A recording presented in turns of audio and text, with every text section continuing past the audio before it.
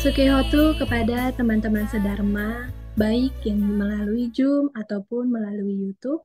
Selamat datang di acara Dhammacakka Online pada Season 5 episode 6 yang akan dibawakan oleh Ci Hermiati Hongo dengan judul Pengaruh Kejadian Masa Lalu Terhadap Masa Kini. Sebelum kita memulai Dhammacakka Online kita, marilah kita mendengarkan Dhammapada yang akan dibawakan kepada Miss Elmi. Kepada Miss Elmi, saya persilakan. Dhammapada Lokawaga Syair 168. Udit he napamaceya dhammang suciritang jare dhammacari sukhang Sekti asmi loke param hicakti, yang artinya bangun, jangan lengah, tempuhlah kehidupan benar. Barang siapa menempuh kehidupan benar, maka ia akan hidup bahagia di dunia ini maupun di dunia selanjutnya. Sadu, sadu, sadu. Maaf, sebelum kita memulai Dhammasakacca kita, marilah kita membuka Dhammasakacca kita dengan membacakan Parita Namakarapata. Arahang sama sambuddho bhagawa Buddhang Bhagawantang Abhiwademi Swakato Bhagawata Dhammo Dhammang Namasami Supatipanno Bhagavato Sawaka Sangho Sanghang Namami. Setelah membacakan Parita Namakarapata, selanjutnya mari kita mulai Dhammasakacca kita yang akan dibawakan oleh Ci Hermiati Hongo. Untuk itu, marilah kita mengenal beliau. Untuk tim, mohon dipersilakan profil dari pembicara kita pada malam hari ini. Hermiati Hongo, CHT, Register. Beliau mendapatkan sertifikat clinical hypnotherapist oleh Adiwe Gunawan Institute Surabaya. Yang kedua, beliau juga mendapatkan sertifikat trainer of Adiwe Gunawan Institute of Mind Technology di Surabaya. Yang ketiga, beliau mendapatkan English and Math Learning Instructor in a few local and regional learning center. Yang keempat, beliau juga mendapatkan Kumon Instructor in Kumon Info, Melbourne, Australia. Yang terakhir, beliau mendapatkan Educator Science 2006. Oh, sekian dari pengenalan pembicara kita pada malam hari ini. Langsung saja kita sambut Ci Hermiati Hongo. Waktu dan tempat kami persilakan. Iya, selamat malam semuanya. Selamat malam Devika dan para para hadirin yang mendengarkan. Jadi hari ini topik pembahasan kita adalah pengaruh kejadian masa lalu terhadap masa kini. Jadi suatu kehormatan bagi saya ya bisa hadir di sini bersama dengan teman-teman semua, terutama diundang oleh Dhamma Meta Jember untuk berbagi wawasan, berbagi pengetahuan juga. Dan saya harap semua bahan yang akan saya bagikan di hari ini bisa bermanfaat bagi teman-teman semua. Mungkin sebelumnya saya izin share screen dulu ya. Saya izin share screen sebentar. Oke, sebentar. Ya. Oke, apakah screen-nya sudah kelihatan, Devika? Sudah, Ci. Oke, thank you. Jadi kalau misalnya kita bahas tentang pengaruh kejadian masa lalu terhadap masa kini, jadi mungkin secara timeline kita tahu ya, ada masa lalu, ada masa kini, dan ada masa depan. Jadi hari ini sebelum saya mulai, saya ingin mengajak semua teman-teman di sini untuk relax dulu sebentar. Jadi kalau misalnya ada otot-otot yang tegang, ada tadi mumet mungkin karena masa pekerjaan, apalagi udah hari Kamis ya. Jadi ada tendensi kecenderungan wah udah pertengahan minggu nih lelah gitu kan badan. Jadi saya ingin mengajak teman-teman untuk relax dulu, duduk dengan santai. Jadi punggungnya coba di ini kalau misalnya ada yang tegang-tegang nih coba diturunkan dulu pundaknya. Oke, jadi mudah-mudahan semuanya udah relax ya. Jadi kita langsung mulai saja. Seperti tadi yang pernah kita bahas, kalau misalnya kita bahas sewaktu, garis waktu, ada masa lalu, ada masa sekarang, dan ada masa depan. Dan bila kita bicara dengan masa lalu, menurut teman-teman di sini, saya balik sebentar, menurut teman-teman di sini, apakah masa sekarang ini dipengaruhi oleh masa lalu atau tidak? Dan seberapa besar sebenarnya pengaruh masa lalu ini bisa berpengaruh di masa diri kita yang sekarang, bahkan di masa depan? Jadi hari ini saya ingin berbagi pengalaman saya sebagai seorang terapis dari apa yang pernah saya pelajari dan juga fakta-fakta yang saya temukan di ruang praktek saya. Seberapa besar, seberapa signifikan masa lalu kita berpengaruh ke kita sampai saat ini, bahkan sampai ke masa depan bila tidak ada intervensi yang dilakukan secara sadar untuk menangani hal tersebut. Apalagi di sini maksudnya intervensi untuk menangani hal tersebut adalah dalam konteks bila ada pengalaman masa lalu yang tidak menyenangkan.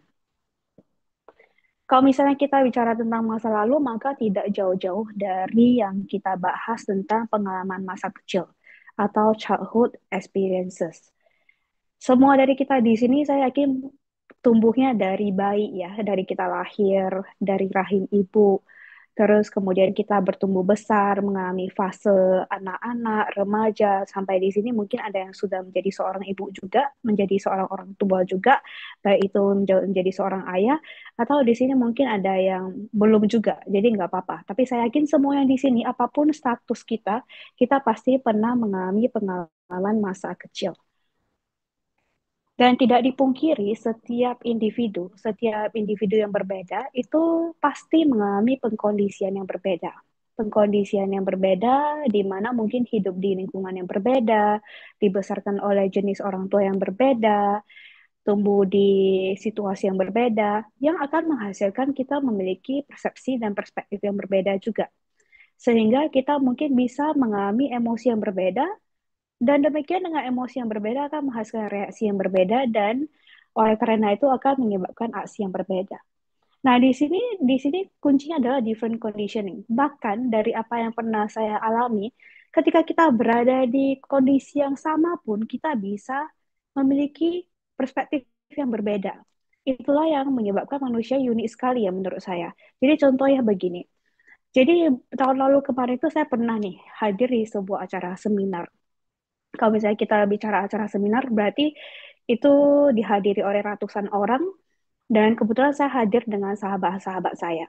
Jadi di sana pengkondisiannya kan hampir sama ya. Kita hadir, hadir di seminar yang sama, di ruangan yang sama, mendengarkan, kebetulan itu adalah seminar keagamaan, jadi kita mendengarkan dhamma yang sama.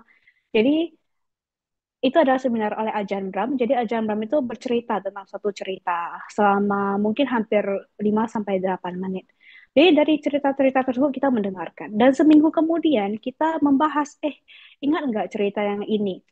Dan ternyata bahkan di saat itu kita duduk di ruangan yang sama, di waktu yang sama pun kita bisa mendapatkan perspektif yang berbeda. Jadi itulah yang membuat manusia itu unik. Dengan semua akal yang kita miliki, dengan semua database yang kita miliki, kita bisa dengan hal yang berbeda-beda di dalam sini kita bisa menghasilkan perspektif yang berbeda sehingga emosi yang berbeda, emosi yang muncul juga berbeda, reaksi juga berbeda, dan aksi yang kita hasilkan juga berbeda. Nah, balik lagi ke childhood experiences, pengalaman masa kecil.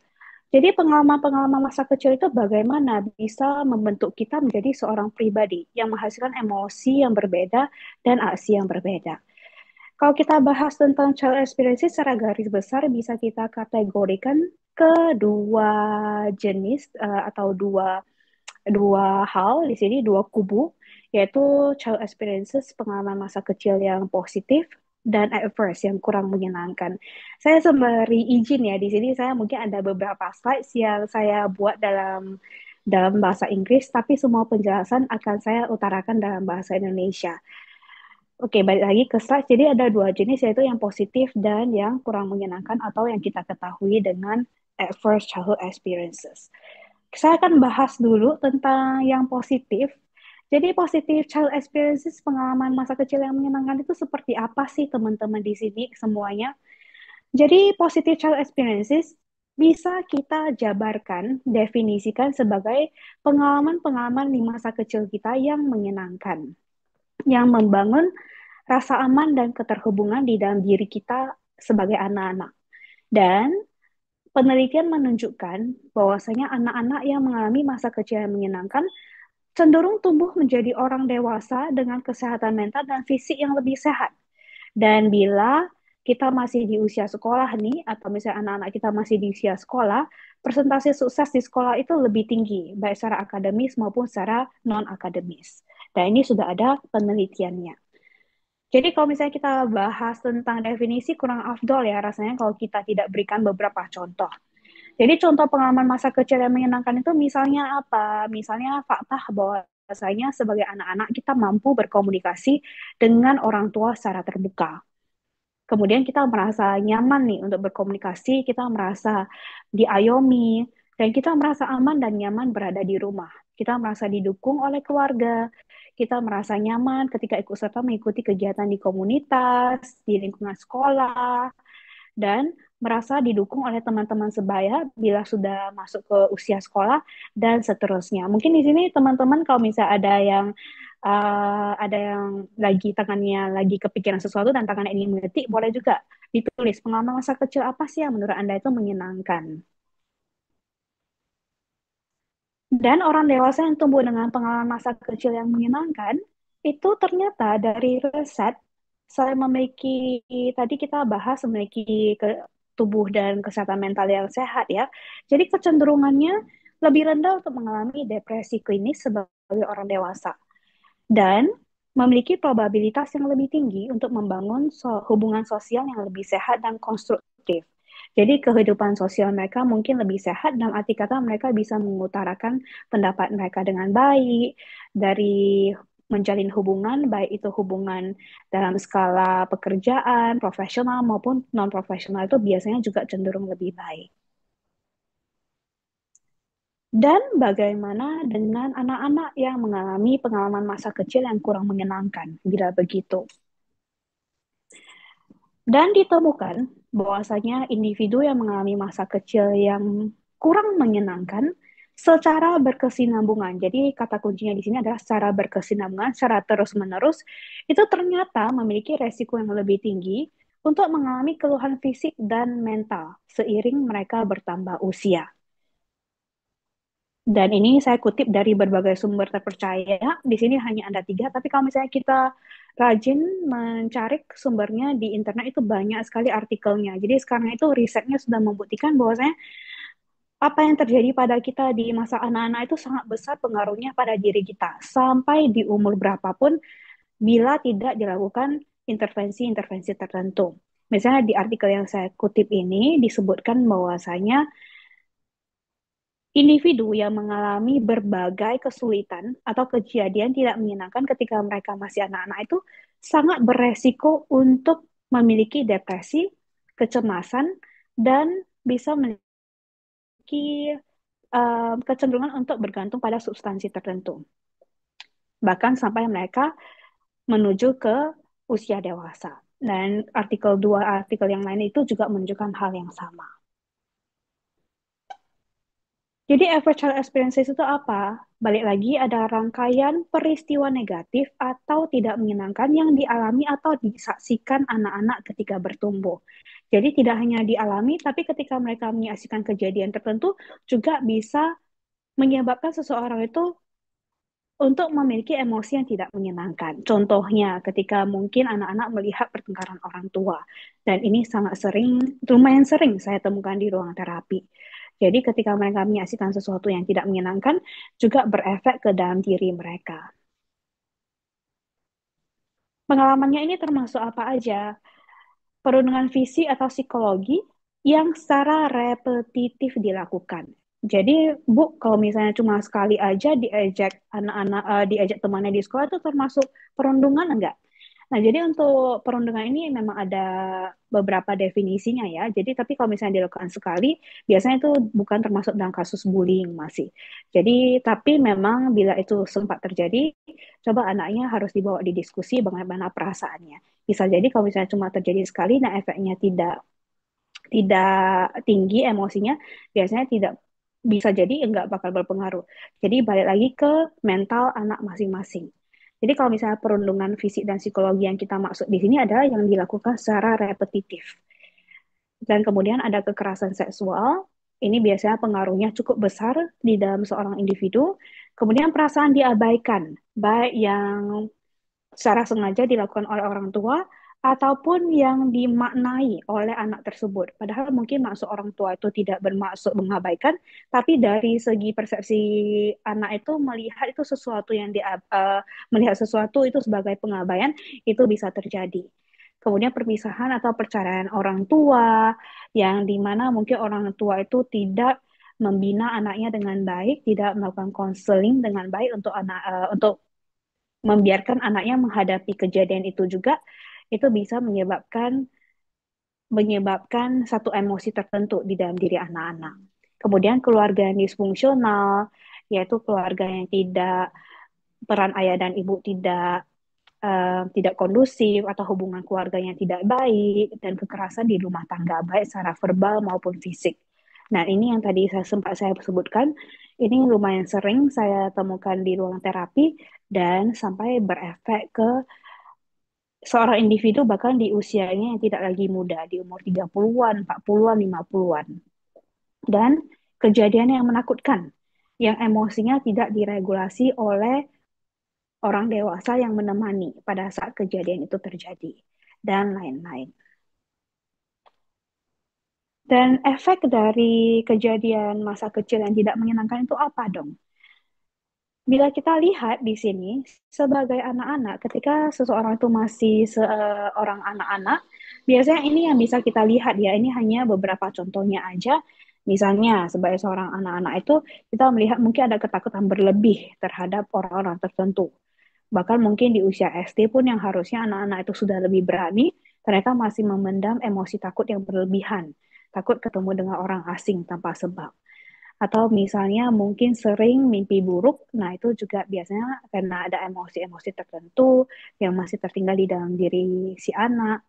Atau misalnya difficulty showing affection, ada biasanya anak remaja yang susah untuk show affection, menunjukkan rasa sayang kepada orang tua ataupun terhadap teman-temannya. Dan yang paling sering kita temui adalah difficulty learning in school, kesulitan untuk mengikuti pelajaran di sekolah. Nah, biasanya itu kalau ditelusuri lebih lanjut, ternyata di rumah itu biasanya mungkin ada hal-hal tertentu yang membuat anak merasa tidak aman, sehingga di dalam mentalnya si anak itu selalu dalam keadaan bertahan diri, karena terlalu banyak emosi yang tidak mendukung di dalam dirinya. Sehingga energi yang harusnya bisa dihabiskan untuk belajar itu malah untuk bertahan, dalam kondisi bertahan, dan seterusnya. Bagaimana dengan seseorang seiring seseorang itu bertumbuh dewasa? Bagaimana pengaruh masa lalu yang mungkin tidak menyenangkan ini bisa berefek ke dalam diri kita? Sebagai orang dewasa yang memiliki yang cenderung pengalaman masa kecilnya itu banyak diisi oleh hal-hal yang tidak menyenangkan, ada kemungkinan mengalami hal-hal berikut. Again, tagline-nya itu adalah bila tidak diintervensi. Tapi kalau misalnya kita seiring waktu berjalan, kita udah sadar nih emosi-emosi apa yang di dalam diri yang tidak mendukung, dan kita sadari itu dan kita mencoba melakukan hal itu, tentunya efek seperti ini bisa dikurangi. Balik lagi, Jadi sebagai seorang dewasa, kira-kira apa sih efeknya terhadap diri kita? Atau misalnya kalau di sini ada orang tua, bagaimana kita menjadi lebih sadar, lebih aware, sambil belajar agar mungkin anak-anak kita nanti bisa tumbuh menjadi seorang individu yang lebih bahagia. Jadi sebagai orang dewasa itu yang bisa terjadi adalah kita bisa mengalami kecemasan atau depresi, dan kalau depresi ini berarti harus didiagnosa oleh seorang profesional ya, oleh psikolog ataupun psikiater. Dan kemudian bisa mungkin PTSD, mengalami PTSD, Post Traumatic Stress Disorder, yaitu masalah mental ketika seseorang itu bertemu dengan pengalaman-pengalaman yang traumatis. Dan kesulitan untuk menjalin hubungan karena mungkin tidak ada contoh-contoh yang bisa mereka lihat, atau mungkin ada program-program di dalam pikiran yang sehingga menyebabkan mereka kurang bisa menjalin sebuah hubungan yang sehat. Kemudian bisa juga ada kecenderungan untuk lebih mudah ter menggunakan obat-obat atau substansi-substansi yang terlarang. Dan kemudian kesulitan untuk meregulasi emosi, misalnya anger management atau kecemasan, dan kemudian physical health problems, karena sekarang sudah banyak artikel yang menyatakan dan sudah terbukti juga bahwasanya psikis bisa mempengaruhi fisik dan sebaliknya, psikosomatis dan somatopsikis dan sebaliknya. Dan kemudian mempunyai low self-esteem, sleep disorders, yaitu kesulitan untuk tidur, dan bisa menyebabkan adiksi. Jadi ini ada sesuatu yang bisa terjadi di diri kita sebagai orang dewasa bila ternyata seorang individu itu mengalami masa kecil yang kurang menyenangkan secara beruntun. Pertanyaannya why? Kenapa dong? Kenapa sesuatu yang terjadi di bertahun-tahun yang lalu, bahkan puluhan-puluhan tahun yang lalu ya, masih memiliki efek yang luar biasa gedenya di diri kita ya. Karena kan kita sering dengar tuh, doesn't time heal? Waktu kan pasti sembuh lah, waktu menyembuhkan. Kita sering dengar frase itu ya. Misalnya kalau misalnya orang putus cinta nih, udah bentar aja nanti udah lewat. Kasih dirimu sedikit waktu contohnya.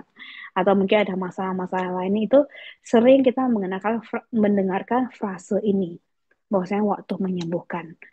Namun apakah benar-benar waktu menyembuhkan? Sayangnya ketika saya di ruang praktek, dan saya temukan ternyata waktu menyembuhkan itu tidak selalu benar untuk semua masalah. Bahkan untuk luka batin itu hampir, kalau misalnya tidak ada intervensi yang benar, itu tetap akan berefek ke diri kita. Bahkan sebenarnya bukan cuma luka batin ya. Kalau misalnya kita ada luka fisik, dan kalau misalnya pada saat kejadian tidak kita sterilisasi dengan baik, tidak kita tangani dengan baik, mungkin bisa berakibat infeksi juga ya ke depannya ya. Jadi sama sebenarnya untuk luka batin. Yang pada saat kejadian bila tidak ada regulasi emosi yang kita lakukan atau tidak ada kebijaksanaan dan ternyata pemaknaan karena kejadian itu masih di pikiran kita itu masih yang negatif, maka seiring waktu berjalan yang pemaknaan yang negatif itu tetap ada di dalam diri kita. Emosi yang negatif itu tetap tertinggal di dalam diri kita. Jadi menurut saya benar, waktu itu bisa memberikan kita, memfasilitasi kita dengan hal-hal yang memberikan kita suatu persepsi tertentu, tapi tidak selalu benar untuk healing yang benar-benar terjadi, pemulihan yang benar-benar terjadi. Jadi ini yang bisa saya temukan dengan nyata di ruang praktek. Karena sebenarnya waktu sendiri tidak bisa tidak bisa membuat kita mencari akar masalahnya dari luka batin tersebut. Jadi bagaimana trauma yang tidak diregulasi dengan baik atau luka batin luka batin dan kesulitan di masa kecil itu bisa berpengaruh pada diri kita. Mungkin di sini kita akan membahasnya sedikit lebih teknikal ya. Jadi unresolved and unregulated emotions yang terjadi, emosi yang tidak diregulasi dengan baik itu sangat berpengaruh pada hampir seluruh hidup kita bila tidak diintervensi dan akan tersimpan di dalam pikiran bawah sadar kita seiring dengan kepercayaan-kepercayaan yang terjadi, yang tercipta di dalam perspektif kita ketika kejadian tersebut terjadi. Dan apa sih pikiran bawah sadar itu? Jadi mungkin teman-teman di sini sudah pernah mendengar mungkin cukup sering juga mendengar soal tema ini ya, apa sih pikiran bawah sadar itu? Dan kita ketahui bahwasanya ada 3 jenis pikiran, pikiran bawah sadar, pikiran nirsadar, dan pikiran sadar. Jadi ketika kita bilang pikiran bawah sadar, saya tidak akan bahas secara teknikalnya lagi, tapi mungkin lebih ke pengertiannya secara umum aja. Jadi pikiran bawah sadar itu adalah sesuatu yang mempengaruhi bagaimana cara kita berpikir, melakukan sesuatu, dan berkata. Jadi pikiran bawah sadar itu adalah tempat menyimpan semua emosi-emosi kita, semua nilai-nilai hidup kita, semua memori-memori kita, dan memonitor semua informasi yang masuk ke dalam diri kita. Jadi apa yang biasanya muncul di permukaan itu adalah akibat dari pikiran bawah sadar kita. Dan pikiran bawah sadar kita ini mempengaruhi semua momen di dalam hidup kita, 24 jam, tidak terkecuali. Dan bahkan kadang-kadang kita juga nggak sadar nih. Jadi sebenarnya kalau misalnya umat Buddhis dianjurkan untuk meditasi, ya sebenarnya itu untuk melatih kesadaran ya, melatih pikiran sadar untuk melihat ke dalam diri, melihat ke bawah, pikiran bawah sadar kita, ini ada apa nih emosi-emosi yang perlu ditangani. Jadi mungkin meditasi adalah salah satu yang bisa, yang cukup bagus kita lakukan, tentunya dengan bimbingan yang tepat untuk membantu kita melihat ke dalam diri. Ini apa nih yang belum selesai di dalam diri kita. Dan dari riset juga menunjukkan bahwa saya 95% dari semua behavior kita, dari semua sifat-sifat kita itu datang dari pikiran bawah sadar. Jadi kalau misalnya kita lihat seperti gunung es itu, nah 5% itu yang di atas itu cuma willpower, itu adalah conscious mind yang berisi willpower, short term memory, memori jangka pendek, cara kita berpikir logis dan kritikal itu sebenarnya semuanya dihandle oleh pikiran sadar. Dan pikiran sadar itu apa? Pikiran bawah sadar itu adalah 95-99%. Inilah tempat kita menyimpan kepercayaan-kepercayaan, belief, emotions, emosi-emosi, kebiasaan, nilai hidup, dan reaksi protektif di dalam diri kita. Dan juga memori jangka panjang, imajinasi, dan intuisi. Kalau secara biologi, ini adalah gambar simpel yang mungkin menurut saya cukup merepresentasikan. Jadi bagian otak kita itu memiliki secara garis besar itu ada 3 bagian, thinking mind, emotional mind, dan di sini ada R complex atau yang kadang kita kenal juga dengan yang namanya reptilian brain. Dan kalau misalnya kita bagi lagi, ternyata neocortex atau thinking mind itu adalah bagian yang menangani soal pikiran sadar. Dan yang bagian bawah itu adalah yang menangani tentang pikiran bawah sadar. Jadi pikiran bawah sadar itu adalah sesuatu di bagian ini nih secara biologis. Kita lihat di bagian limbic system dan reptilian brain. Nah, walaupun sepertinya neokortex ini bagiannya lebih besar ya secara proporsi ya, namun ternyata di sana itu menangani yang bagian data-data conscious mind itu diatur di sana, tapi ternyata fungsinya di dalam diri kita cuma 5% partisipasinya.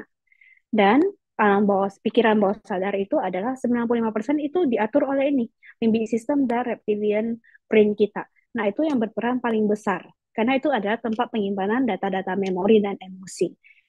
Jadi secara biologis aja sudah terbukti nih. Jadi subconscious mind kita, pikiran bawah sadar kita itu memiliki pengaruh yang sangat besar di dalam diri kita. Jadi how do past experience affect us? Tadi kan saya janji saya akan bahas ya. Jadi bagaimana cara kerjanya sebenarnya? Jadi ketika pikiran bawah sadar kita mengenali situasi yang sama dengan kejadian yang tersimpan di dalam memori kita, maka maka diri kita, pikiran bawah sadar ini akan menciptakan emosi yang sama yang attached to the memory, yang melekat pada kejadian tersebut. Contohnya yang paling mudah itu adalah fobia. Misalnya kita mungkin di sini ada beberapa teman-teman yang mungkin ada fobia, mungkin atau ada yang mungkin ketakutan luar biasa terhadap ruangan sempit, mungkin. Nah, jadi kalau misalnya kita bahas fobia, karena fobia biasanya kasus yang cukup mudah untuk dijelaskan. Misalnya kita lihat di usia orang dewasa, kita bahas ada yang mungkin takut dengan kucing. Kalau misalnya kita lihat kucing kan ada lihat kucing tuh lucu ya, bulunya maksudnya gemesin gitu. Tapi ada juga yang memiliki ketakutan yang luar biasa terhadap kucing. Sehingga pas lihat kucing mungkin masih jauh nih, masih 5 meter gitu kan, udah ada rasa takut. Makin mendekat kucingnya 3 meter, wah udah mungkin naik ke, kalau misalnya pas lagi makan di tempat kaki 5, wah kakinya sudah naik duluan ke bangku gitu. Nah, itu kenapa bisa terjadi? Mungkin kalau kita tanya ke orang dewasa yang takut tersebut, kamu kenapa takut kucing? Mungkin dia juga nggak tahu. Pokoknya dari kecilnya udah takut gitu loh. Jadi kadang-kadang ketakutan yang terjadi di masa kecil itu, kalau misalnya kita tidak benar-benar cari tahu, ya mungkin biasanya alasannya ya pas kecil itu mungkin nih pernah dicakar kucing. Mungkin ada emosi takut berlebihan di sana dan orang dewasa yang menemani saat itu tidak meregulasinya dengan baik, bisa jadi. Atau kadang-kadang tidak harus kejadian yang dialami sendiri nih. Bisa juga pas bayi, anak-anak kita lihat kucing, terus kita tanpa sadar di samping udah histeris duluan, jangan deket-deket, kucing kotor misalnya. Nah, itu menyebabkan ketakutan terhadap si anak. Mungkin karena suaranya yang besar, karena diingatin oleh orang sekitar. Jadi menimbulkan emosi tertentu. Bisa karena itu juga. Jadi sehingga apa yang terjadi? Karena si anak tersebut sudah memiliki persepsi bahwa saya, oh kayaknya kucing itu menakutkan ya berarti ya. Seiring dia dewasa, sampai dilakukan intervensi tertentu, ya dia akan terus membawa perasaan takut itu. Dan itu yang terjadi di usia yang berapapun, kalau misalnya tidak dicoba diatasi, akan terus ada ketakutan terhadap kucing tersebut. Jadi ini adalah contoh kasus fobia.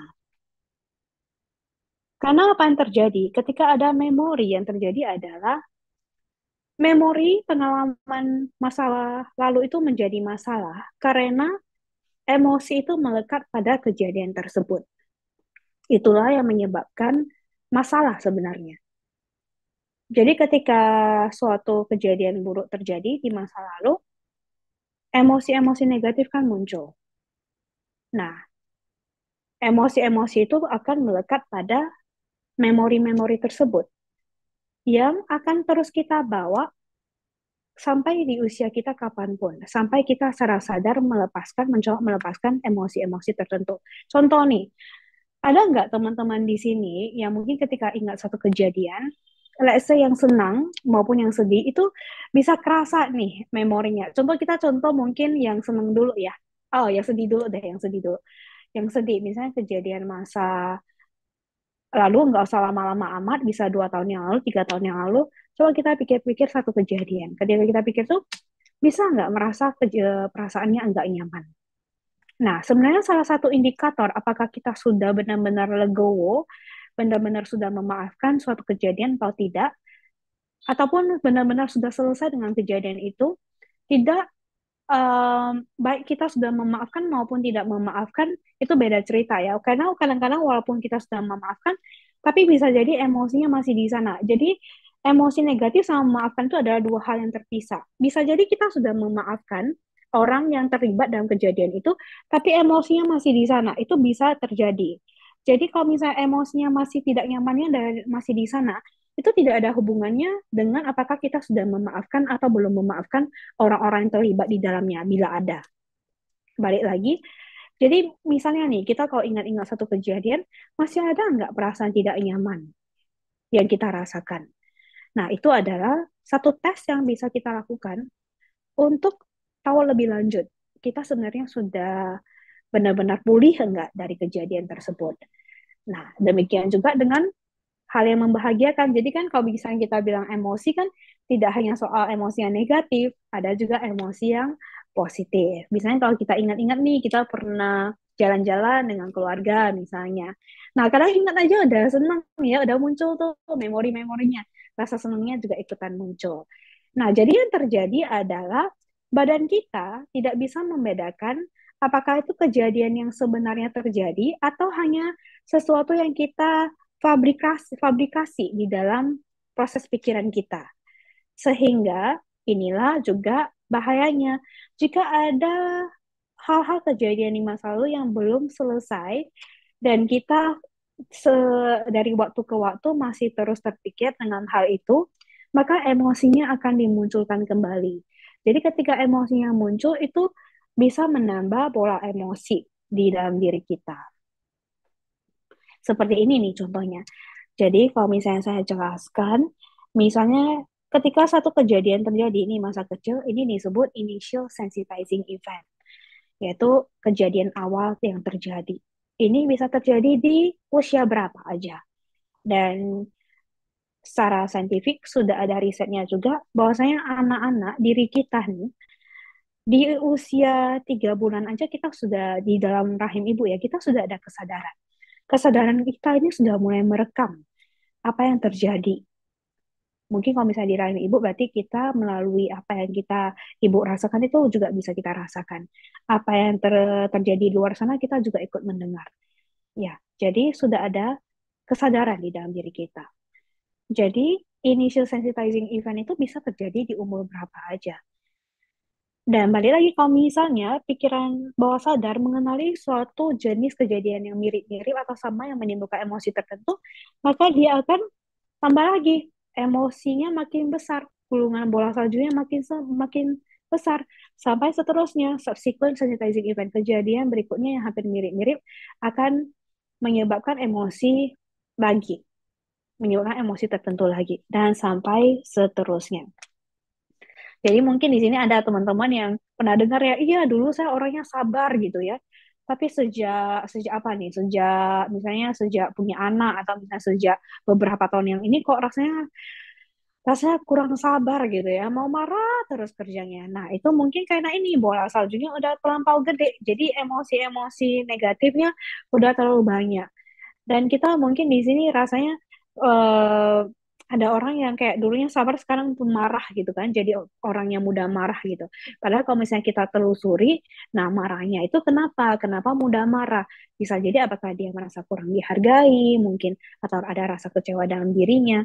Nah, jadi itulah fungsi sebenarnya kita rajin-rajin mendidik ke dalam diri agar kita bisa lebih mengerti juga sebenarnya apa sih emosi-emosi yang belum selesai di dalam diri kita. Oke, saya lanjut sedikit. Nah, dari tadi kan kita bahas soal emotion ya, emotion. Jadi emotions itu apa? Emotions itu adalah energy in motion. Nah, kalau misalnya kita bahas energi, kita pernah ya belajar tentang hukum kekekalan fisika, di mana hukum kekekalan energi yang kita pelajari waktu mungkin kelas SMP ya, SMP 1, SMP 2, saya masih ingat itu yang kita pelajari di usia-usia tersebut. Yang menyebutkan bahwasanya energi itu adalah tidak bisa diciptakan, adalah sesuatu yang tidak bisa diciptakan dan tidak bisa dimusnahkan. Hanya bisa berubah bentuk dari satu bentuk ke bentuk lainnya. Jadi emotion itu ya juga sebenarnya energi. Jadi kalau banyak energi yang disebabkan oleh kejadian yang tidak menyenangkan di masa lalu, yang tersimpan di dalam tubuh kita itu bisa menyebabkan kita merasa kecemas, emosional berlebihan, dan bisa berpengaruh pada kesehatan di dalam diri kita di semua level, baik itu di level sel, di level tisu maupun di organ. Jadi ini juga ada chartnya.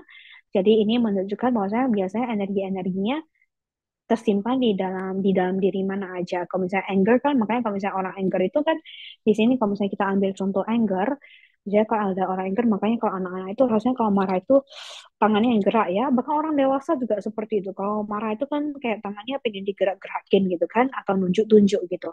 Atau kepalanya panas, dadanya panas. Kenapa? Karena biasanya di tempat tersebutlah energi-energinya tersimpan. Dan seterusnya. Nah, kalau begitu, bagaimana dong sebenarnya? Kenapa informasi-informasi ini bisa sampai di pikiran bawah sadar kita? Bagaimana sebenarnya pikiran bawah sadar kita itu tercipta? Jadi kalau misalnya orang lahir itu kan masih adanya kesadaran. Jadi pikiran bawah sadar itu sebenarnya kayak softwarenya kita loh. Softwarenya kita yang ngisi itu sebenarnya apa? Jadi sama seperti diri kita kayak bisa beli handphone yang baru. Itu kan masih belum ada, cuma ada defaultnya ya, default sistemnya ya. Kalau default sistemnya itu adalah yang sadar kita. Jadi yang isi aplikasi-aplikasinya itu siapa sebenarnya? Nah, aplikasi-aplikasi itulah yang sebenarnya pikiran bawah sadar kita. Kalau kita analogikan sebagai sebuah gadget. Jadi diri kita yang di secara fisik ini yang ada default sistemnya dan ada aplikasi-aplikasinya atau program-programnya. Jadi siapa yang menulis program-program tersebut sebenarnya? Siapa yang bukan menggunakan, menciptakan program-program tersebut? Jadi ketika kita kecil tentunya ya informasi-informasi tersebut diberikan oleh figur otoritas kita, yaitu pengasuh utama yang seringnya itu adalah orang tua pastinya ya. Kemudian kalau dijaga oleh kakek nenek, jadi itulah figur otoritas kita. Jadi tidak hanya keluarga saja, ada juga guru-guru, ada juga mungkin pemuka agama, atau mungkin figur-figur yang lain. Nah, kemudian dokter misalnya juga merupakan figur otoritas.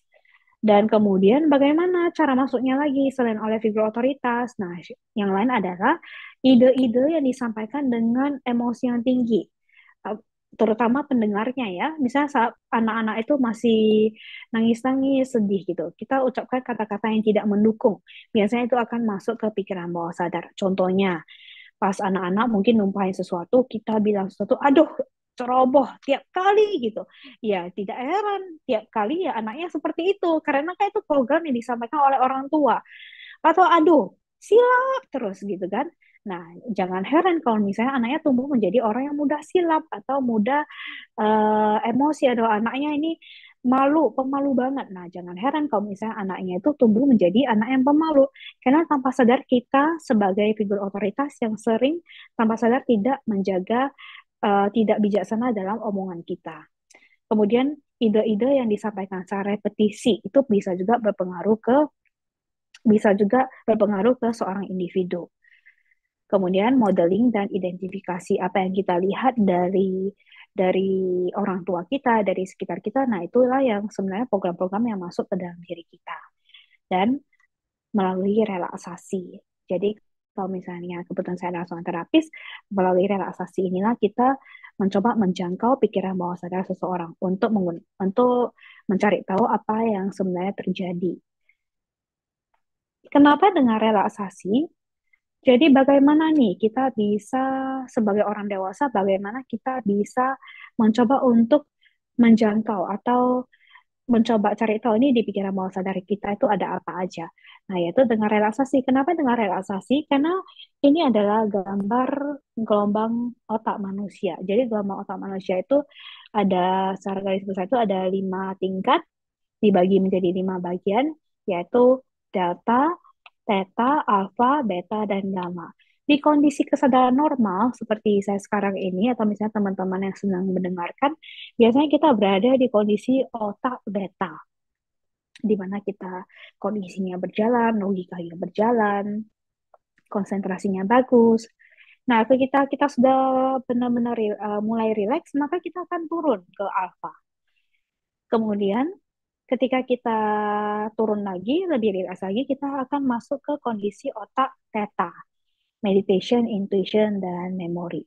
Jadi, kita orang dewasa bisa masuk ke kondisi theta dengan cara bagaimana? Dengan cara relaksasi. Nah, itulah tempat kita mengakses pikiran bawah sadar kita sebenarnya di sini, yaitu dengan cara relaksasi. Dan kenapa kita mesti hati-hati nih dengan apa yang kita ucapkan kepada anak-anak, terutama anak-anak di bawah 3 tahun. Karena anak-anak di bawah 3 tahun itu, mereka beroperasinya ya di sini-sini terus. Jadi mereka belum ada filter mental. Jadi sehingga gelombang bawah sadarnya itu terbuka lebar pintunya. Kalau misalnya kita analogikan itu pintunya terbuka. Jadi apapun yang kita sampaikan kepada mereka itu masuk semuanya. Ketika di umur 3 atau 4 tahun, mulai ada cognitive thinking. Makanya anak itu di umur sekian itu biasanya sering banyak bertanya, why, ya.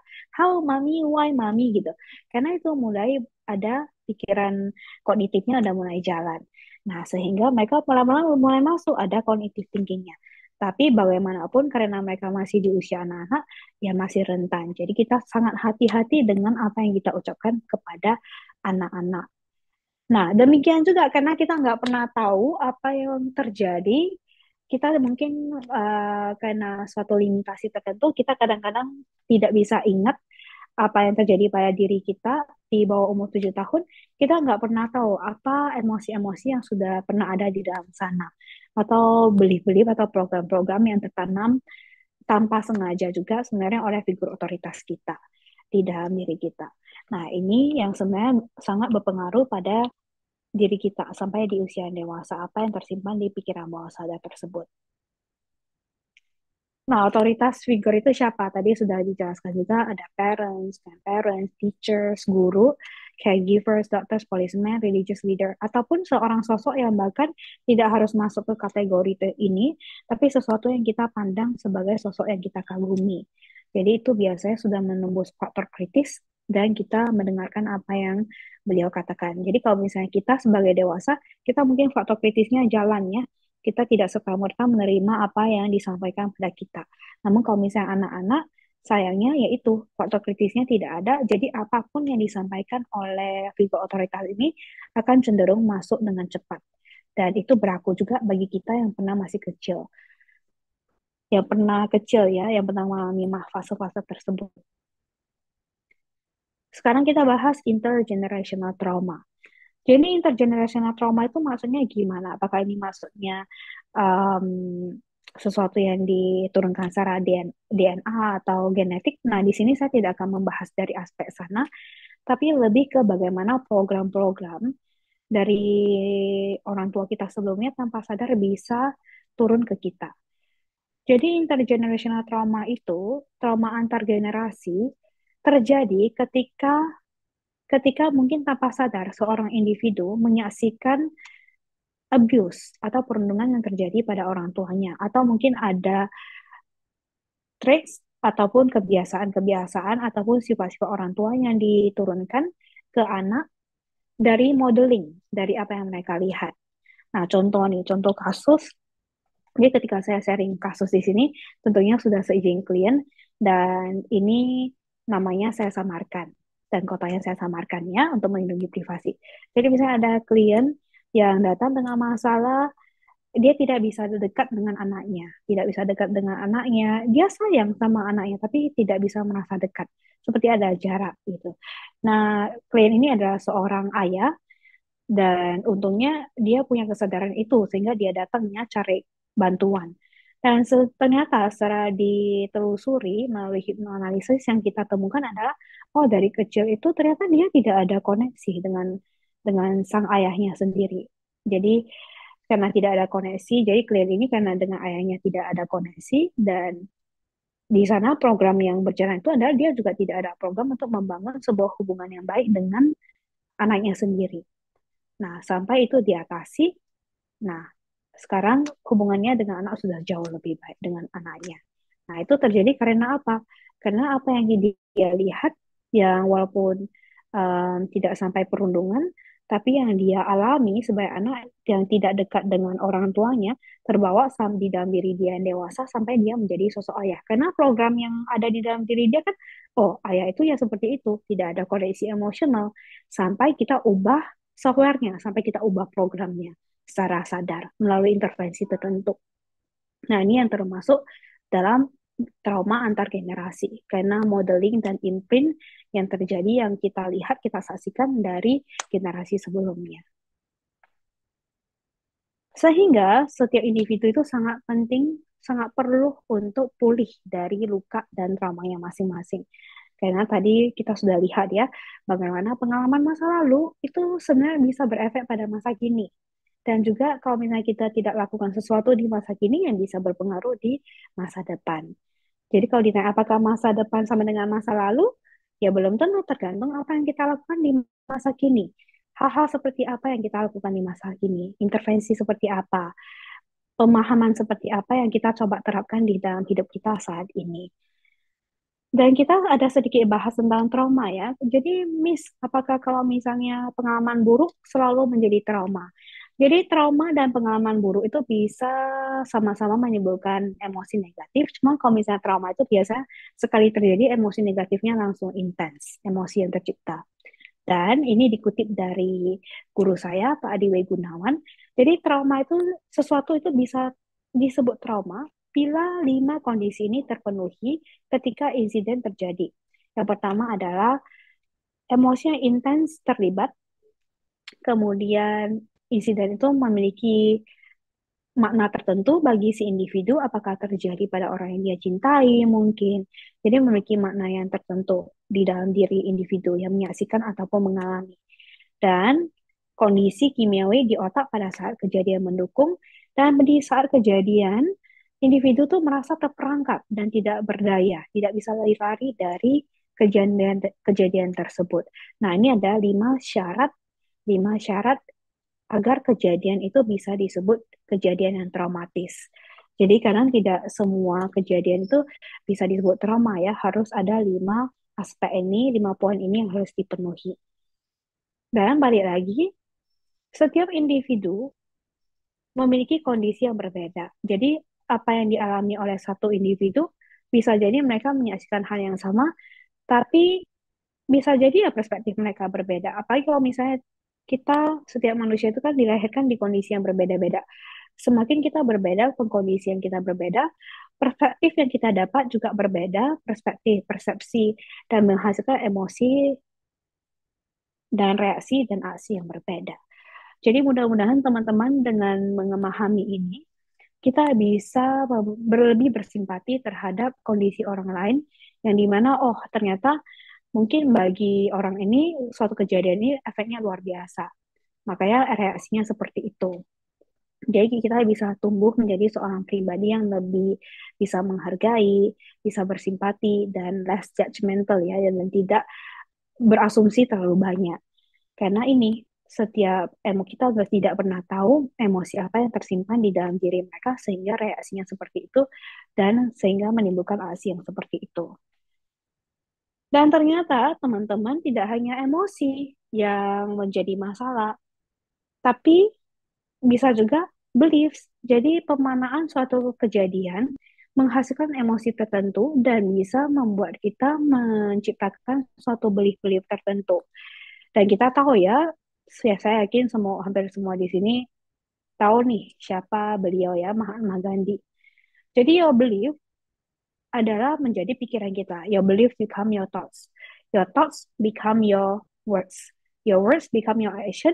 Our action become our habit, and our habit become our values, dan our values become our destiny.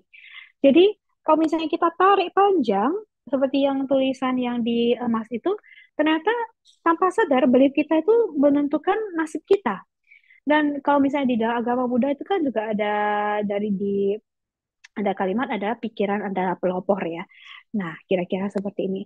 Jadi kejadian di masa lalu, jika kita membuat kita memiliki belief tertentu, maka belief yang tertentu itu bisa menentukan nasib kita. Syukur-syukur kalau belief kita itu semuanya yang lumayan positif ya.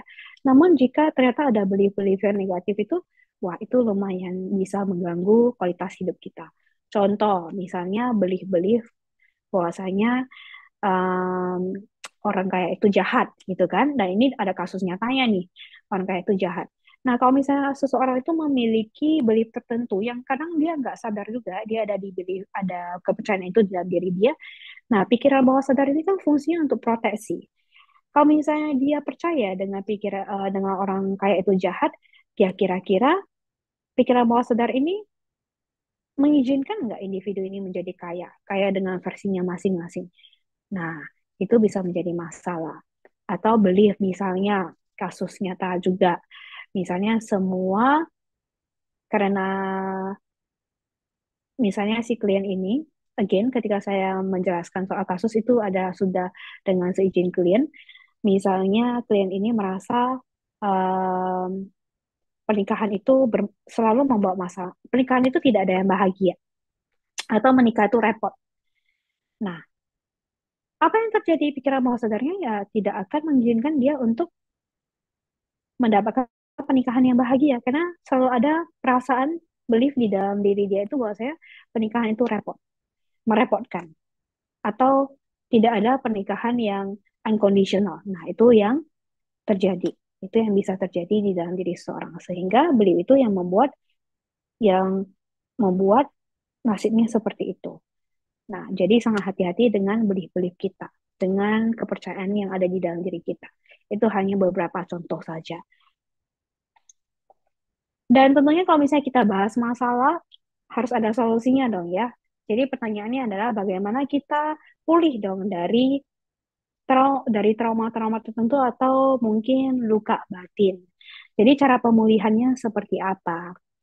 Tentunya selain pergi ke profesional, tentunya ada beberapa cara lain yang bisa kita lakukan untuk berkenalan kembali, untuk memulihkan diri kita, yaitu misalnya dengan berlatih kesadaran, dengan meditasi misalnya. Namun tentunya dengan bimbingan yang tepat ya, dengan bimbingan yang tepat. Kemudian kita lakukan breath work, cara mengatur nafas misalnya. Nah, meditation itu sebenarnya hampir sama dengan mindfulness practice.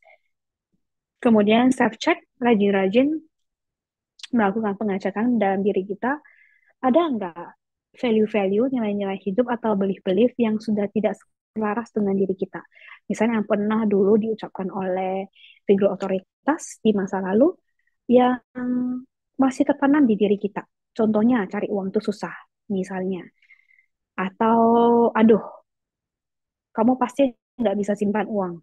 Nah, itu juga belief loh, dan ini benar-benar terjadi pada klien juga. Nah, sehingga dia tumbuh menjadi orang yang iya, setiap ada uang tertentu itu habis, setiap ada uang tertentu itu habis gitu. Nah, itu juga belief-beliefnya. Ada nggak perkataan dari orang tua yang dari orang tua, tidak hanya dari orang tua, dari figur otoritas yang tanpa sadar itu tertanam di diri kita. Jadi kita harus self-check, do our self-checking ya. Apa ya kira-kira ada nggak belief-belief tertentu yang tidak lagi tidak lagi membuat kita berkembang. And then find a supportive community, carilah komunitas-komunitas yang positif yang bisa mendengar cerita kita tanpa kita merasa dihakimi atau diadili. Dan the last one yang terakhir tapi juga yang paling penting itu adalah kita harus belajar untuk self love, harus menerima dan mencintai diri kita. Jadi kita jangan hanya terus-terusan menyayangi orang lain, tapi kadang kita lupa dengan diri sendiri. Dan teman-teman, emosi-emotion itu adalah ketika kita melihat ke dalam diri dan ternyata ada emosi-emosi. Nah, itu sebenarnya our wisdom guru. Itu adalah sebenarnya guru terbaik. Karena sebenarnya emosi ini disampaikan oleh pikiran bawah sadar kita itu membawa pesan. Ini loh harus diselesaikan. Jadi bila ada emosi-emosi yang tidak mendukung, itu mungkin saatnya kita melakukan self check juga nih. Kalau misalnya self check ternyata tidak berhasil, jangan pernah ragu-ragu untuk mencari bantuan profesional karena mereka itu ada untuk membantu Anda. Nah, ini emotion is our wisdom guru. Jadi ketika ada nih emosi-emosi yang terasa tidak menyenangkan, ini adalah waktu yang tepat untuk bertanya ke dalam diri ini sebenarnya apa yang mau coba disampaikan oleh pikiran bawah sadar kita. Apa nih pesan apa nih yang ingin kamu bilang ke saya? Nah, jadi emotions itu adalah guru kebijaksanaan kita sebenarnya. Dengan kita memiliki pengertian dan kita memproses, memproses dengan cara yang bijaksana our emotions itu, nah kita juga bisa mencari aksi kita yang lebih tepat untuk menangani emosi tersebut at the right place, at the right time, at the right situation. Jadi kalau misalnya kita punya self awareness yang bagus, kita cukup rajin melatih diri, kita cukup mindful dengan emosi kita menjadi seorang pribadi yang bisa memproses emosi kita. Secara sadar, kita cari solusinya itu apa. Jadi kita bisa mengekspresikan emosi kita itu dengan tepat, di situasi yang tepat, di waktu yang tepat, di tempat yang tepat juga. Jadi bayangkan kalau misalnya ada orang yang anger managementnya tidak bisa terkendalikan. Maka di situasi apapun kalau mau marah, marah aja gitu. Padahal sebenarnya di dalam diri emosinya sedang mencoba memberikan dia tanda ini loh, kamu merasa itu tidak adil. Tapi kan kita ketika kita merasa tidak adil kan tidak serta-merta kita harus marah ya, harus gebrak meja. No.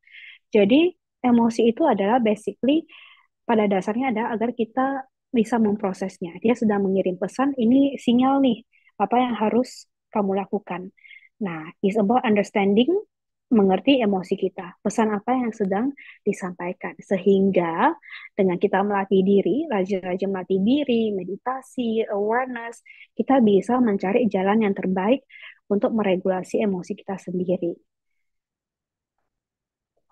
Dan ini juga dengan kita berarti awareness kita, dengan kita rajin-rajin juga menambah kebijaksanaan kita, mencari ilmu-ilmu yang berguna, dan memvalidasi emosi kita dan meregulasi, dan mudah-mudahan pengaruh dari kejadian masa lalu terutama yang tidak menyenangkan itu ke diri kita yang sekarang itu bisa semakin lama semakin minim.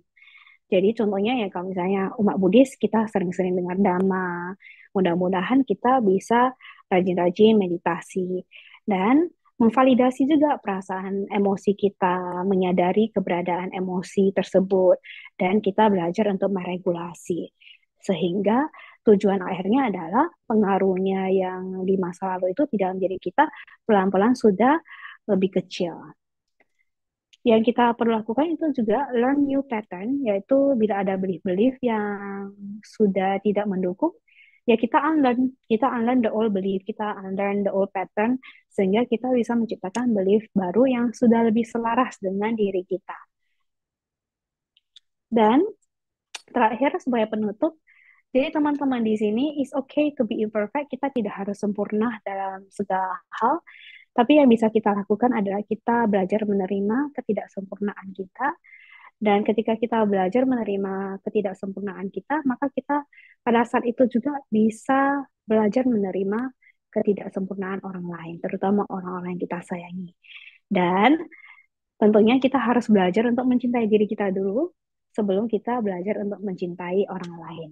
Jadi sekian dari saya, mudah-mudahan materi yang saya sampaikan bisa bermanfaat bagi teman-teman semuanya. Saya balikkan lagi ke Miss Devika. Thank you.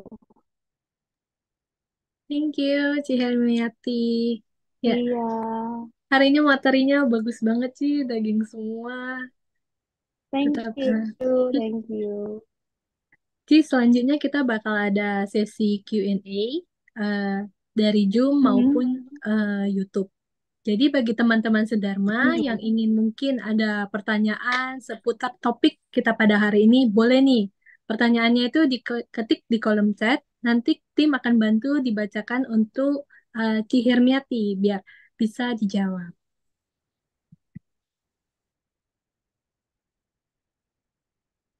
Sebagai awal pertanyaan dari teman-teman Sedharma, Ci, aku ingin bertanya, Ci, eh, Mhm. setiap orang kan pernah mengalami masa kecil, baik itu masa kecil yang baik ataupun buruk. Tetapi mengapa ada perbedaan seperti generasi Z, generasi X, atau Y, atau seperti sekarang itu generasi sandwich, Ci? Yang dimana muncul anggapan bahwa hidup orang dulu itu juga ada yang berpikir hidup kita tuh lebih keras loh dulu gitu daripada anak-anak sekarang ini. Padahal mereka itu sama-sama mengalami masa kecil, entah itu baik atau buruk nih, Ci. Pendapat Cici gimana untuk hal ini? Thank you, Ci. Mhm. Kependapat saya ya, ini generasi-generasi XYZ gitu ya. Ada Benar, juga Ci. generasi sandwich, belum lagi tempe, belum lagi strawberry ya. Ya, kalau misalnya pendapat saya, jadi saya kurang familiar dengan itu SYZ itu umur berapa aja.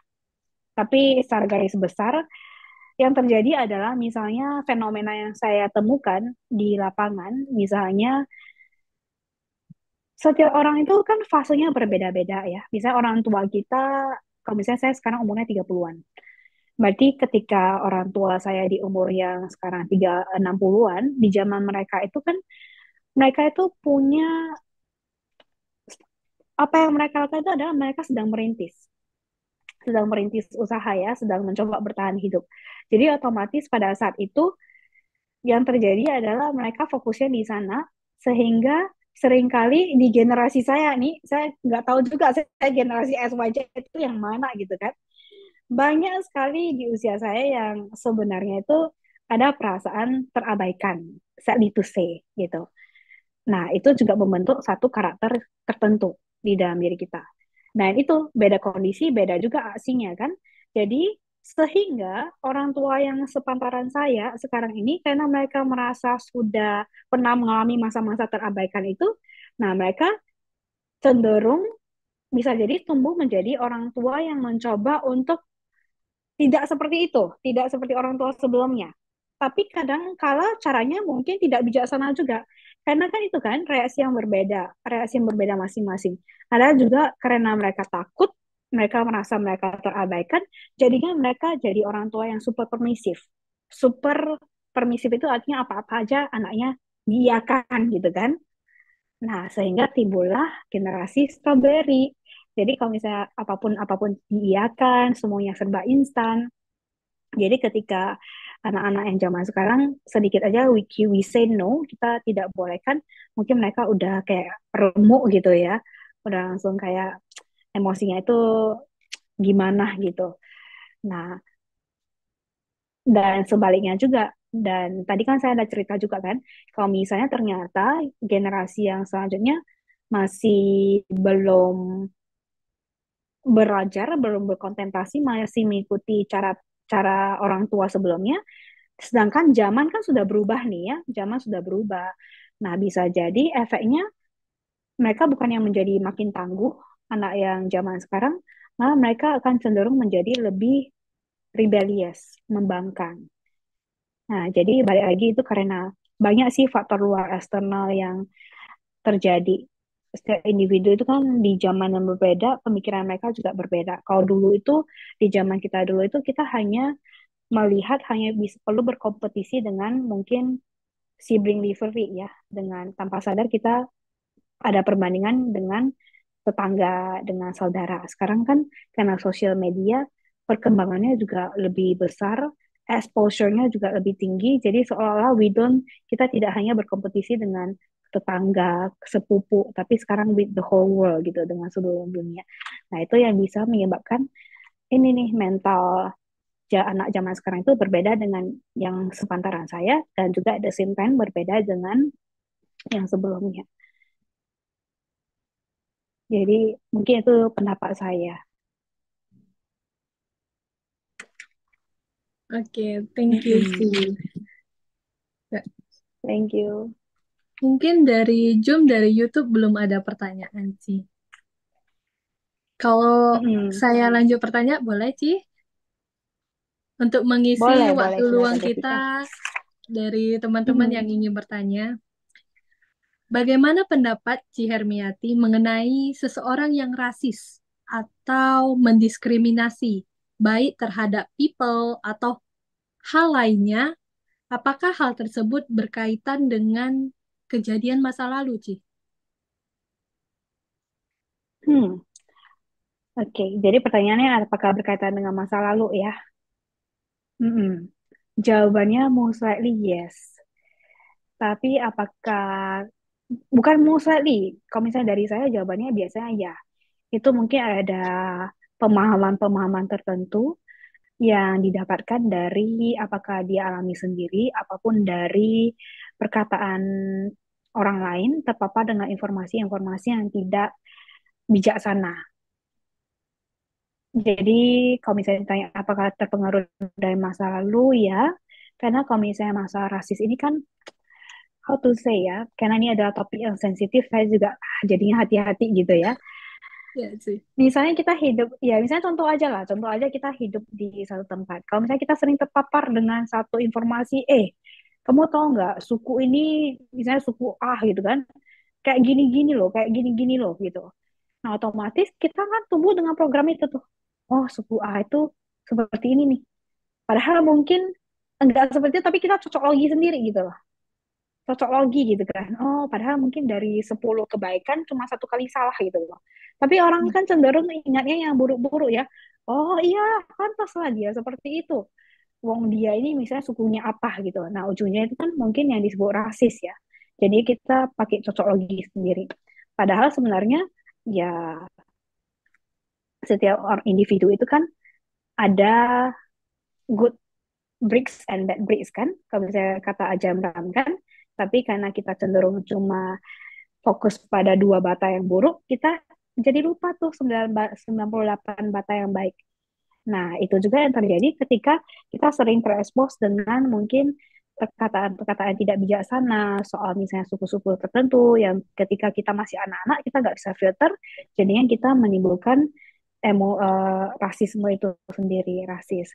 Atau mungkin juga ada orang tertentu yang karena kejadian tertentu disebabkan oleh ras tertentu, jadi dia tumbuh menjadi dia sendiri menganalogikan, oh kalau orang ini berarti ini nih, ras ini seperti ini karena kejadian yang terjadi di masa lalu.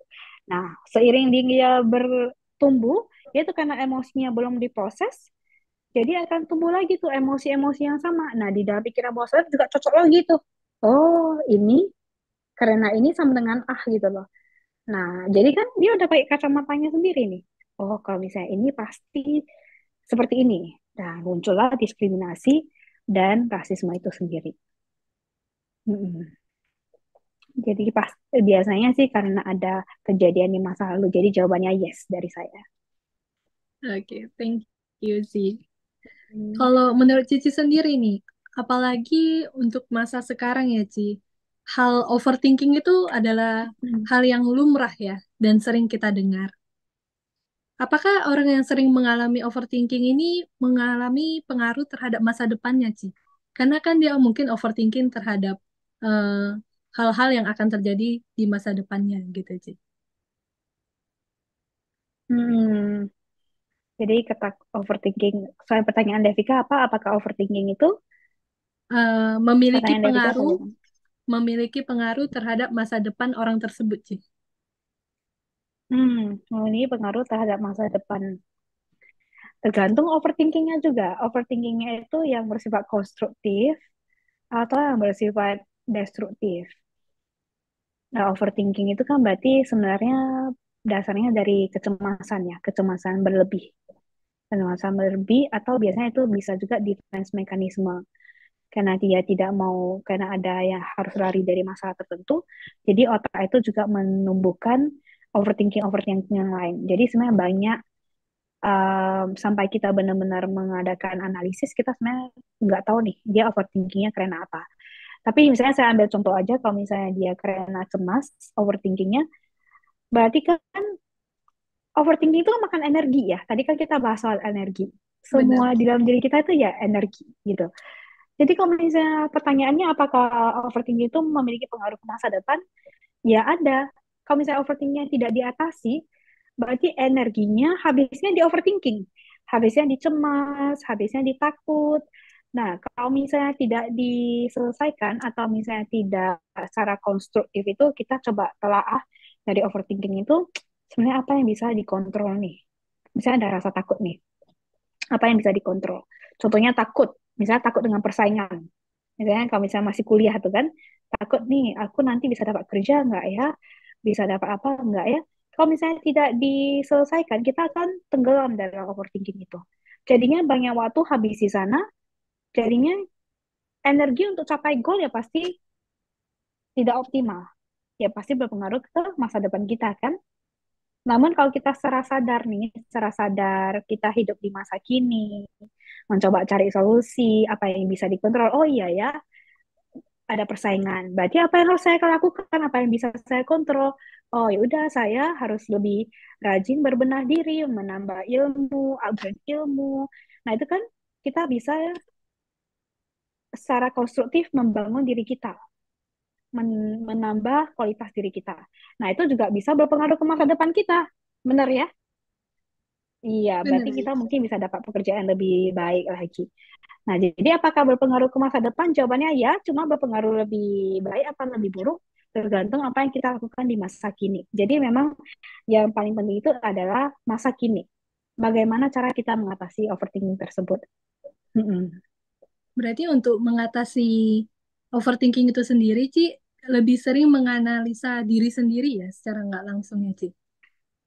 Iya, berkenalan dengan diri sendiri kembali. Ini overthinking karena apa? Fokus pada hal-hal yang bisa kita kontrol, ya kan? Ya, kalau misalnya tidak bisa kita kontrol, ya berarti we can do nothing about it. Cuma habisin energi aja. Kita akan selalu hidup dalam ketakutan kita sendiri kan jadinya. Mm. Kira-kira Itu menurut memang Cici, kata kuncinya. ya sorry Ci, sorry. Ya, nggak apa-apa. Kira-kira menurut Ya, Cici silakan. metode apa ya yang tepat untuk menganalisis diri kita sendiri gitu, Ci. Apalagi terkait dengan overthinking ini, Ci.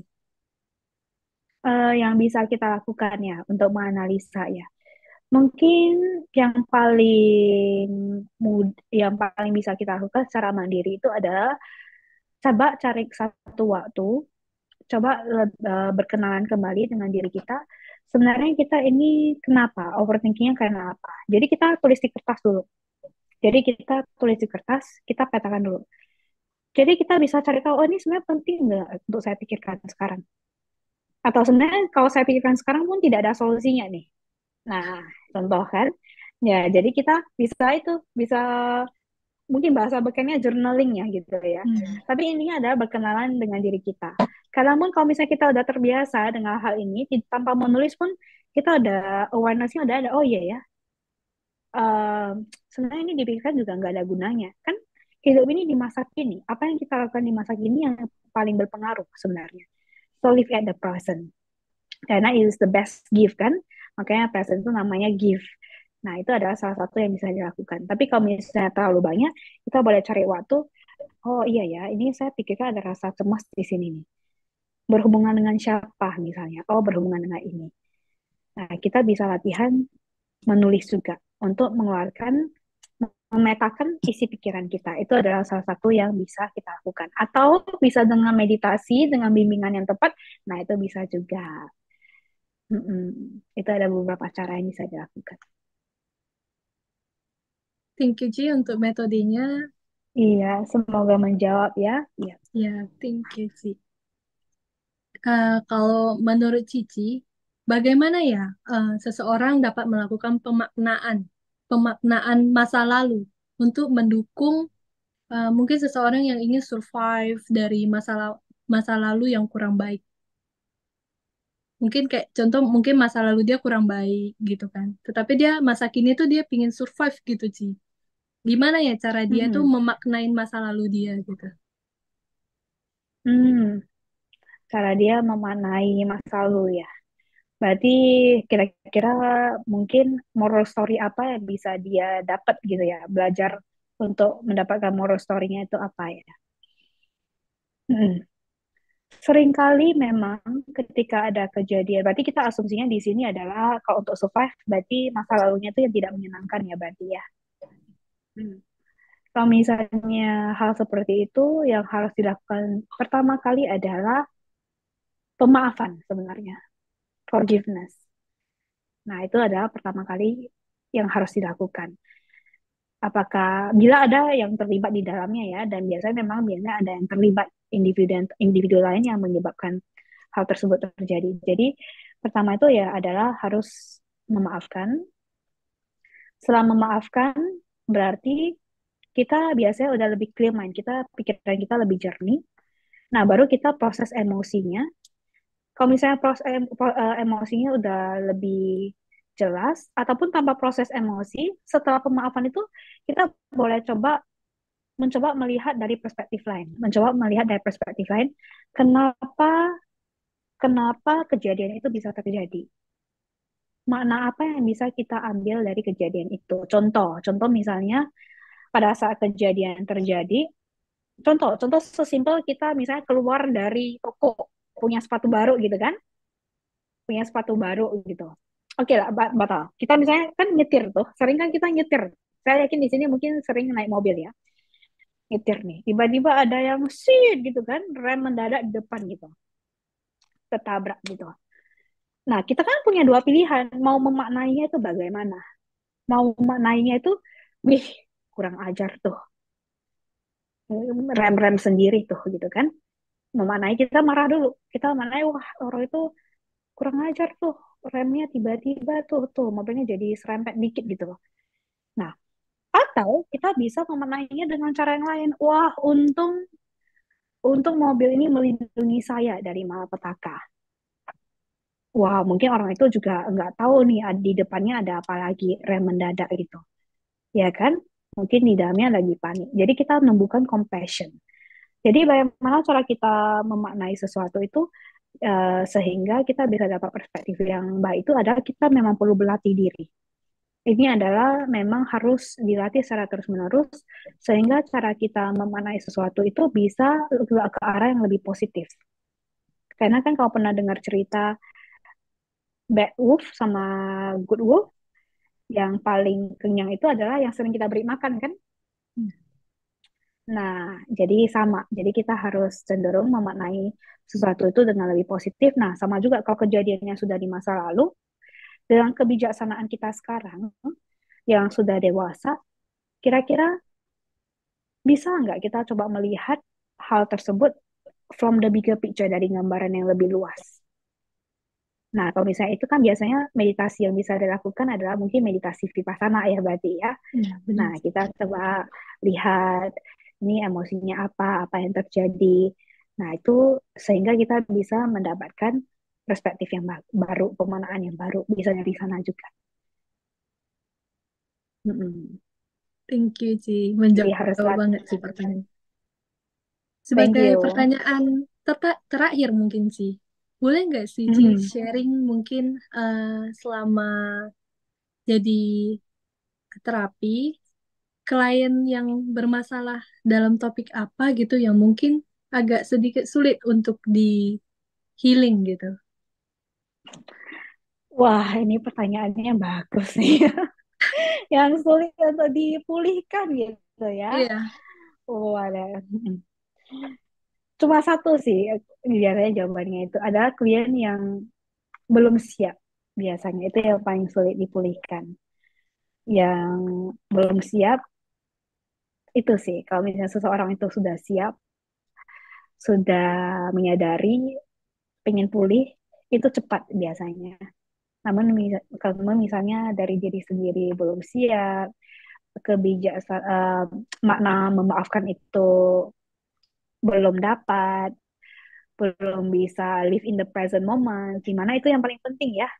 Nah, itu yang butuh proses atau yang masih unresolved present issue. Kalau unresolved present itu adalah di mana klien ini masih berhadapan dengan masalah yang sama, masih ongoing. Nah, itu yang mungkin sedikit challenging. Di mana berarti kita proses emosinya, tapi at the same time, di saat bersamaan juga kebijaksanaannya itu harus ada secara sadar. Nah, karena itu kita belajar damai kan? Kita belajar damai. Kita sedang fit our ini conscious mind. Kita masukin di sini pelan-pelan turun ke pikiran bawah sadar. Jadi kalau misalnya ditanya yang lebih challenging itu apa?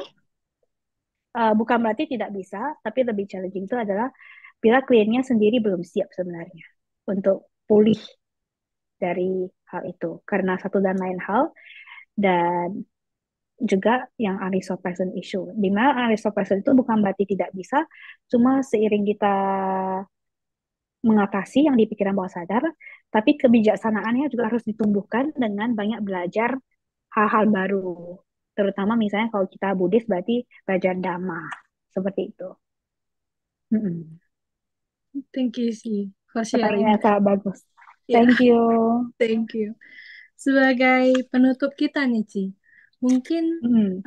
closing statement atau mungkin harapan Cici untuk komunitas Dhamma Sacaka kita untuk kedepannya itu Mm. bagaimana? Atau mungkin seputar kesimpulan dari topik kita hari ini. Dipersilakan, Ci. Mm. Thank you. Closing statement ya. Mungkin dari saya, setiap orang itu pasti punya masa lalu ya. Baik itu yang menyenangkan maupun tidak menyenangkan. Cuma hendaknya kita semua bisa fokus hidup di masa kini dan rajin-rajin melihat ke dalam diri agar kita bisa mencapai kualitas hidup yang lebih baik lagi mulai dari hari-hari ini dan seterusnya. Ya, jadi tidak perlu lagi mencengkram emosi-emosi yang terjadi di masa lalu. Dan jika mengalami kesulitan, tentunya saya yakin di sini komunikasinya sangat positif, pasti banyak yang bisa membantu. Nah, don't forget to love yourself, karena itu yang paling penting. Itu aja dari saya mungkin. Thank you, Ci. Thank you. Setelah kita melakukan jasa-jasa kebajikan, kita selanjutnya akan melakukan patidana, Ci. Patidana ini akan dipimpin oleh Ci Juliana. Kepada teman-teman sedharma, marilah kita melakukan patidana. Ya, marilah kita berbagi jasa kebajikan kepada sanak keluarga yang telah mendahului kita dan semua makhluk yang berhubungan karma dengan kita. Arti dana, silakan ditampilkan operator.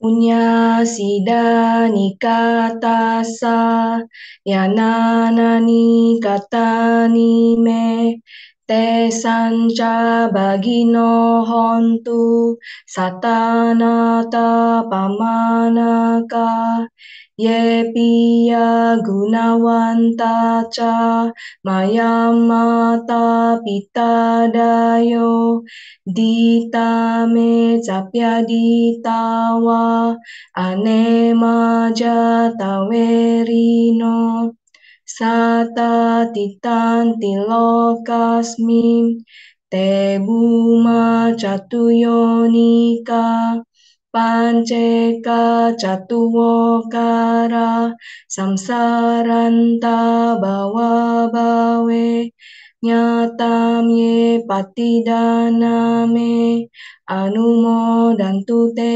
sayam ye cimam napajananti dewa te samniwedayum maya dinyana punyanam anumodana hetuna sabe sata sadahontu awera sukajiwino kema padan capapontu te sasa si jatang subang sadu sadu sadu.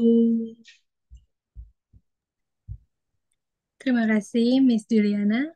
Selanjutnya, marilah kita melakukan nama Karapata. Arahang sama sambuddho bhagawa Buddhang bhagawantang abhiwademi Swakato bhagawata dhammo dhammang namasami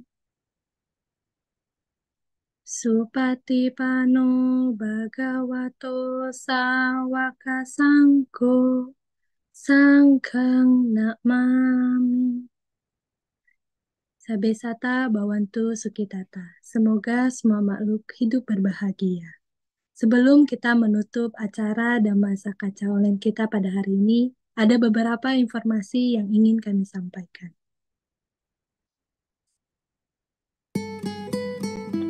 Kami memberikan kesempatan kepada seluruh Bapak Ibu dan teman-teman sedharma untuk berdonasi yang ada tertera di layar.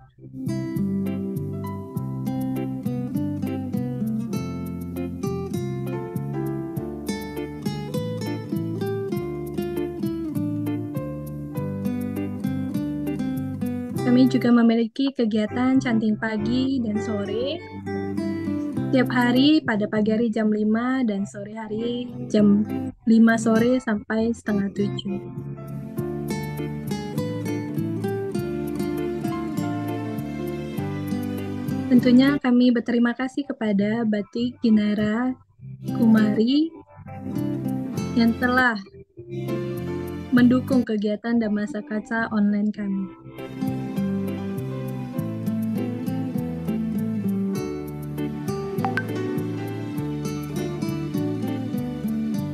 Untuk teman-teman sedharma yang ingin memperoleh informasi lebih detail dapat menemukan kami di www.kalyanamita.info.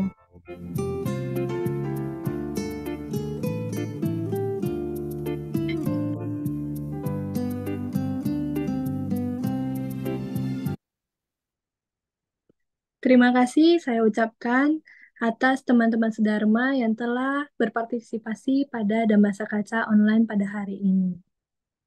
Saya Devika mewakili panitia Dhammasa Kaca Online meminta maaf apabila ada salah perkataan maupun ucapan tindakan yang tidak disengaja.